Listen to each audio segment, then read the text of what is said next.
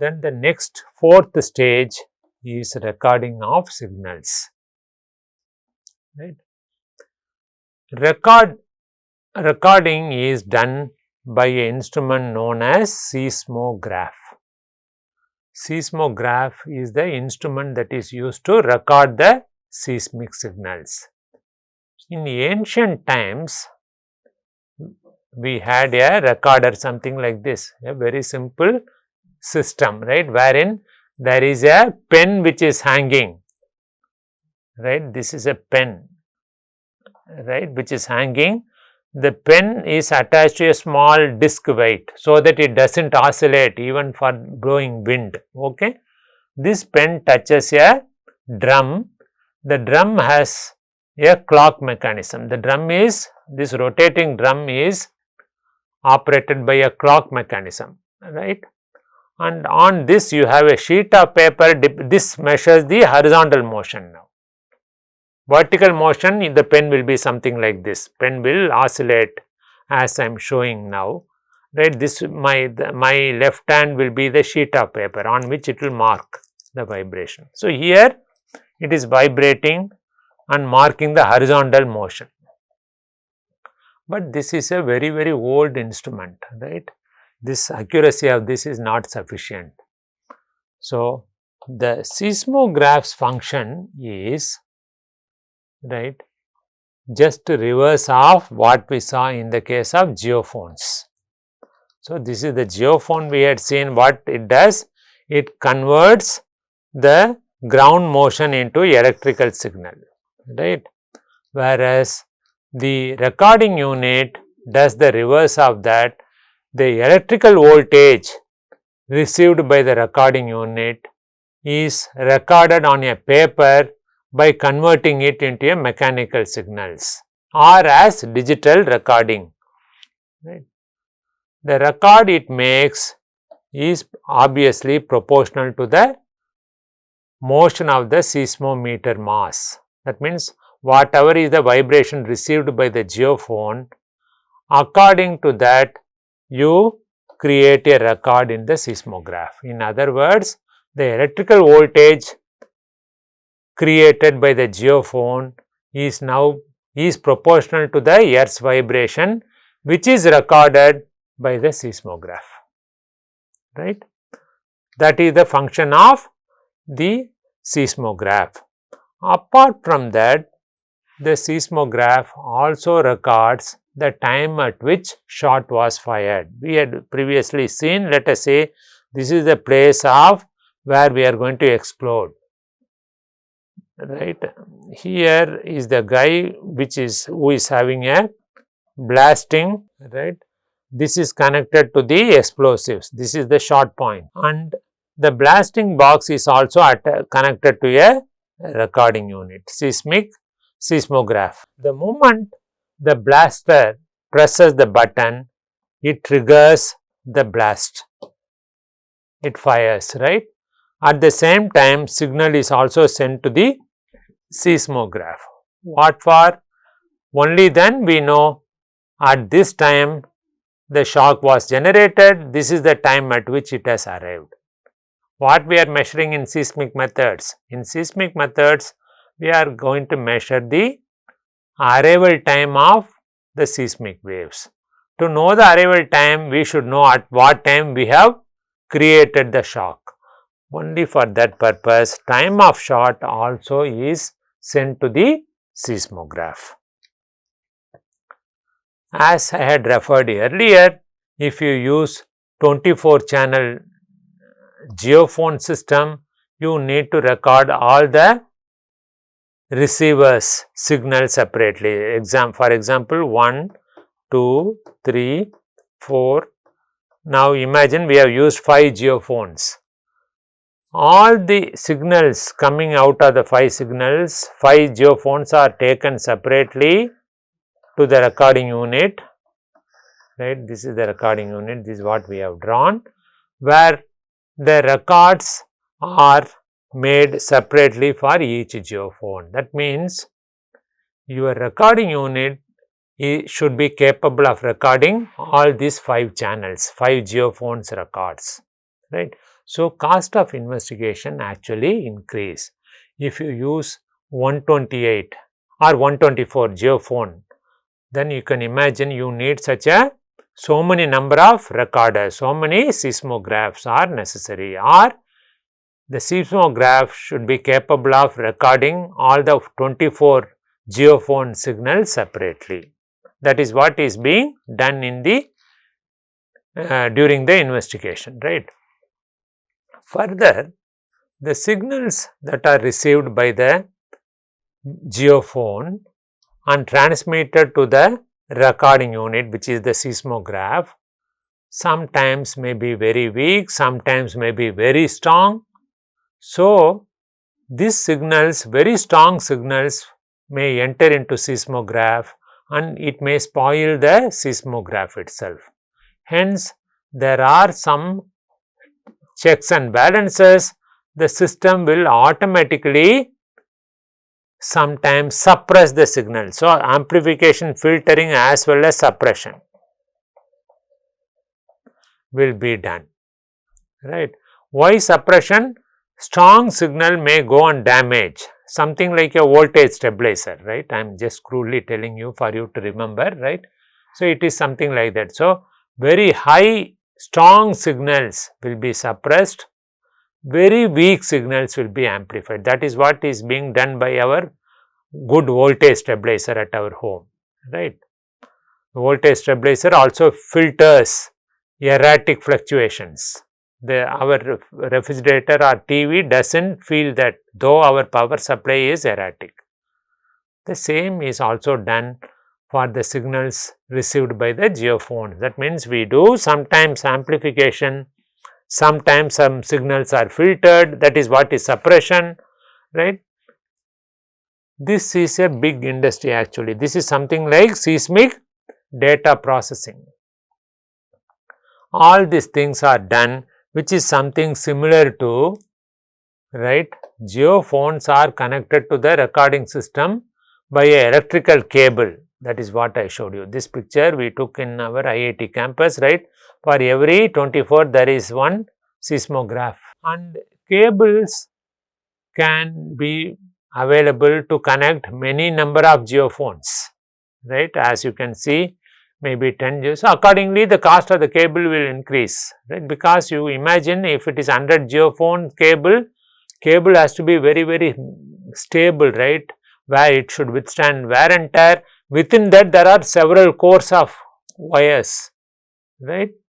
So, that is the advantage. So, rather than having a single cable, right, we can have multiple cables also, right. That means a cable is capable of connecting, let us say 24 geophones, then you need one more cable capable of connecting 24 geophones. So, this is how it works. So, modern recording systems can also, as and when we investigate the subsurface, can show the ground motion recorded directly on a display, right, almost immediately.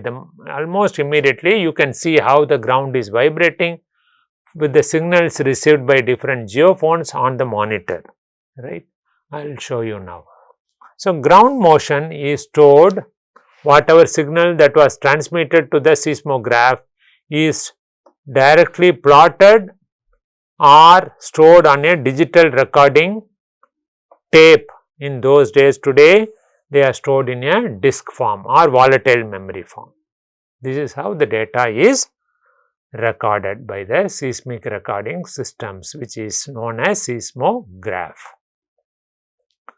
So, we had a look into 4 stages of seismic operation, both on land and ocean. What is the difference in ocean? The way in which we energize the ocean alone is different, rest all is almost the same. First is surveying, right, to locate the stations, then energy creation, energize then third is picking of signals, fourth is recording.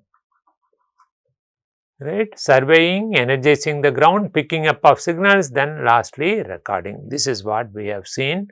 This is how seismic operations are carried out on land as well as oceans, right.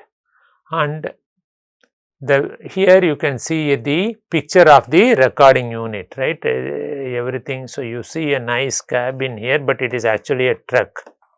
It is a small mini bus. Inside has got all the facilities, right, where the signals from the several seismographs, I told you, for every cable, right, capable of, let us say 24, it will have a seismograph. Then the next one, the signal received here is also transmitted to this, another 24 is connected to this, right.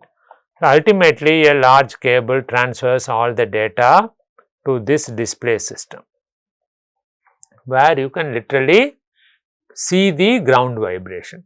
So, the entire system is something like the amplifier and graphic equalizer which we use in our stereo system. Also, in our mobile phone, you have a kind of graphic equalizer. When you hear to some song, you can increase the volume of certain frequency alone, bass sound alone you can increase or decrease, isn't it? Something like that. Every signal from each geophone is actually analyzed by the recording unit. It, if requires, it will suppress, or sometimes it will completely filter.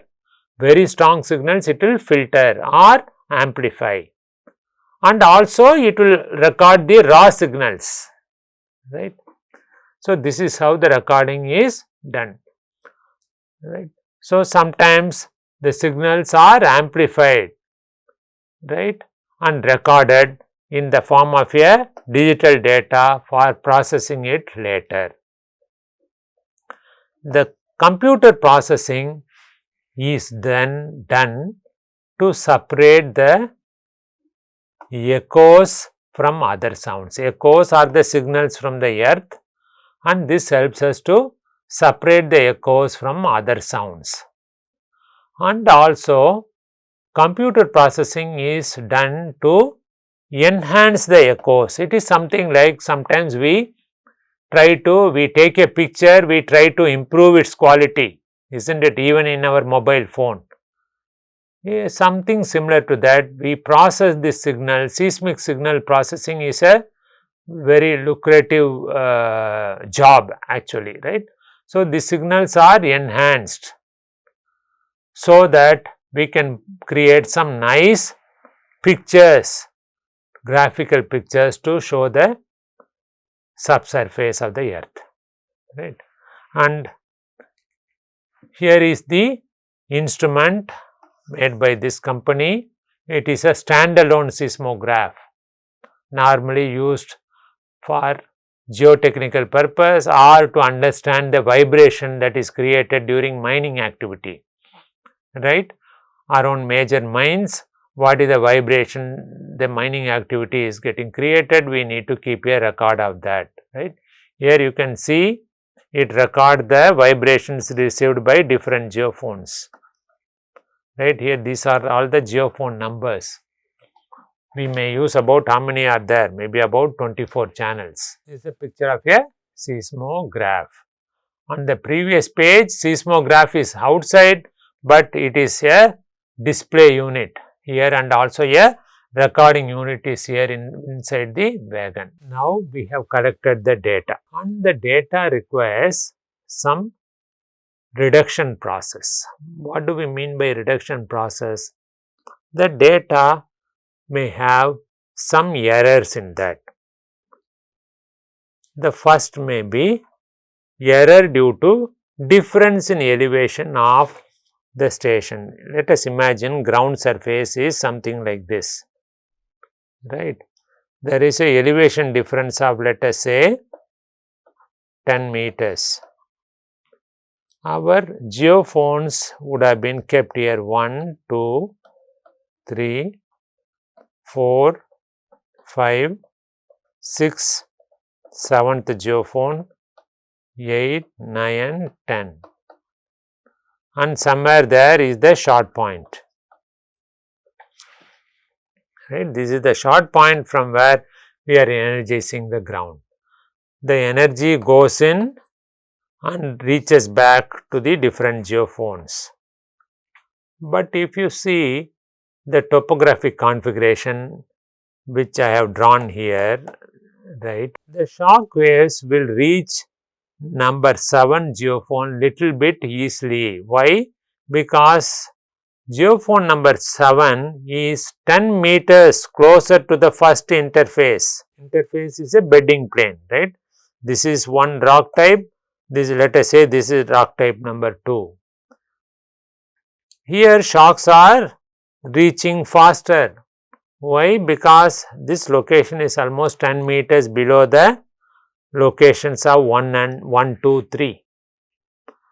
Geophone number 4 is about half a meter.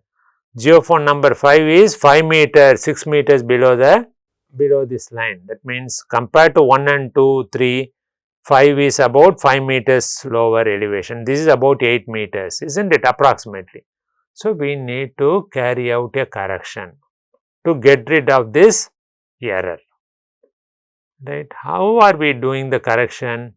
We do a correction in such a way, though actually we had arranged the geophones like this, we will transfer or correct the data as if the geophones were kept at this altitude. 5 was here, 6 was here, 7 was here. That means the ground surface was assumed to be here, right? Previously we had only air here, now we are replacing it with solid material.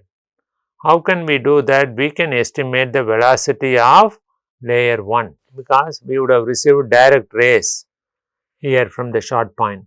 Using that, we will estimate the velocity. From the velocity we have for the shock wave to travel through the same formation, how much of time it will take if geophone number 7 is over there. This calculation is made and the data time of arrival for 5, 6, 7, 8, 9 are increased because actually it should travel additional distance. Only then these values will become comparable to 1, 2, 3, isn't it?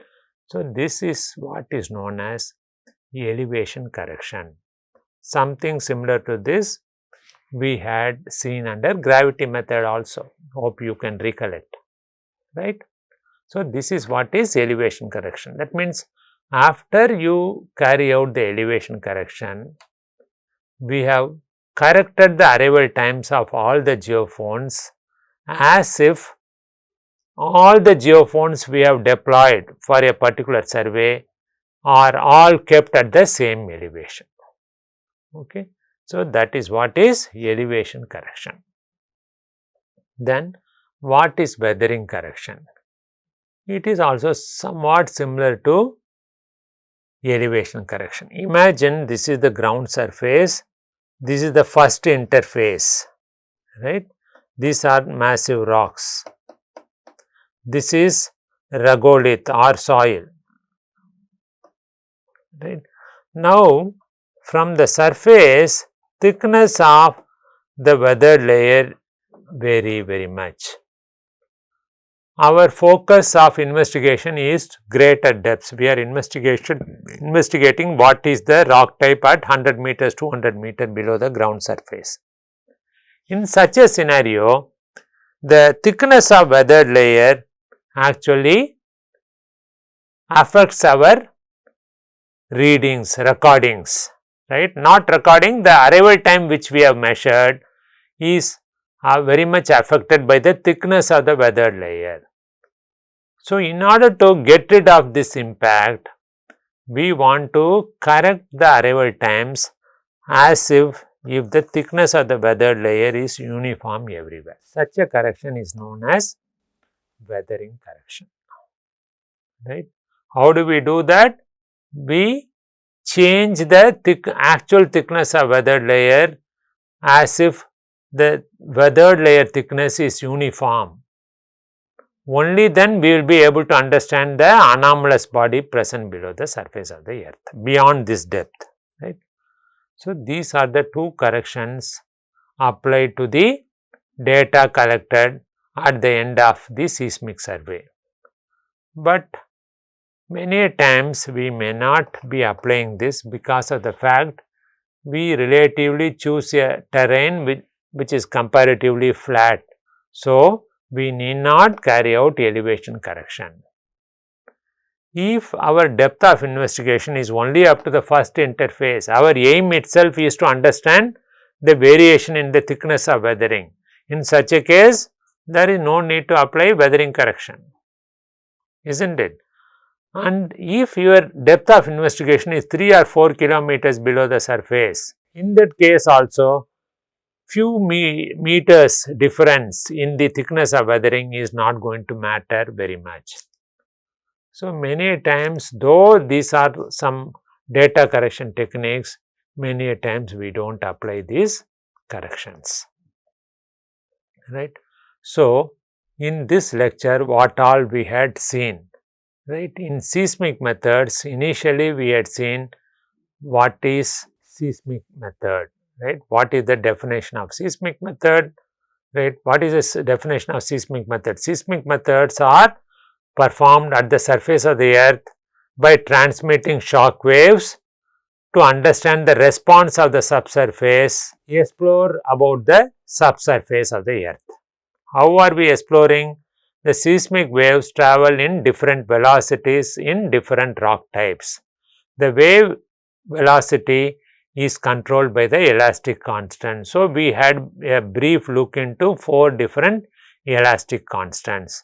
Then we had a look into type of seismic waves, primary, secondary and surface waves. Then we had a look into a table which is showing which was showing the variation in the velocity of primary waves. For example, dry sand velocity is less than 1 kilometer per second. Wet sand, saturated sand velocity is 2 kilometer. Hope you can recollect. So, this is what we had seen. Then we had also had a look into the velocity formula. Primary waves can travel through liquids and solids, whereas secondary wave cannot travel through liquids. From this only we have understood about the interior of the. After that we had seen how the seismic operations are carried out on land, little bit on oceans. We had seen little bit about the oceans too. How the operations are carried out? First is surveying, number 2 is energizing the ground, third is picking up of the signals, fourth is recording the signals. After recording, this is the last slide we have seen, that means how the data is reduced or corrected. So, with this we have understood how seismic survey is carried out on land. Next is how are we going to interpret the data which we have got from seismic methods, which we will see in the next lecture.